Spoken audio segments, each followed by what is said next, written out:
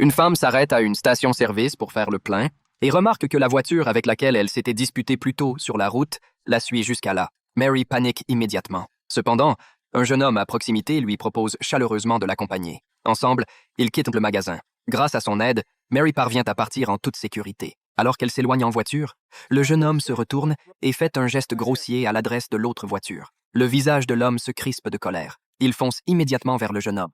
Mary, qui observe la scène dans son rétroviseur, est terrifiée. Elle veut appeler la police, mais elle ne trouve pas son téléphone.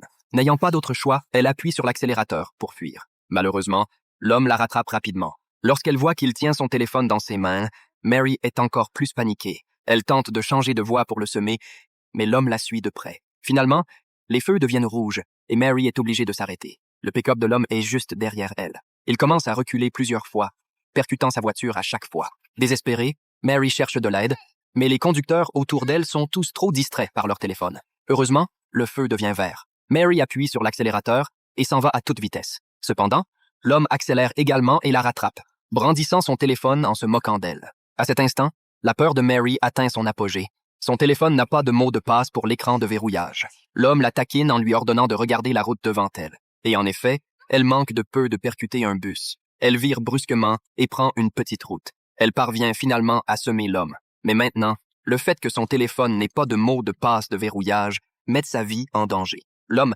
avec le téléphone déverrouillé, trouve le contact d'un avocat avec qui elle avait dîné. Se faisant passer pour un vieil ami de Mary, il appelle l'avocat et se plaint de ne pas pouvoir la joindre. L'homme assure à l'avocat qu'il peut la retrouver, puis compose son numéro directement. À ce moment-là, Mary entend la sonnerie de son téléphone. Elle ouvre la boîte à gants et en sort un autre téléphone.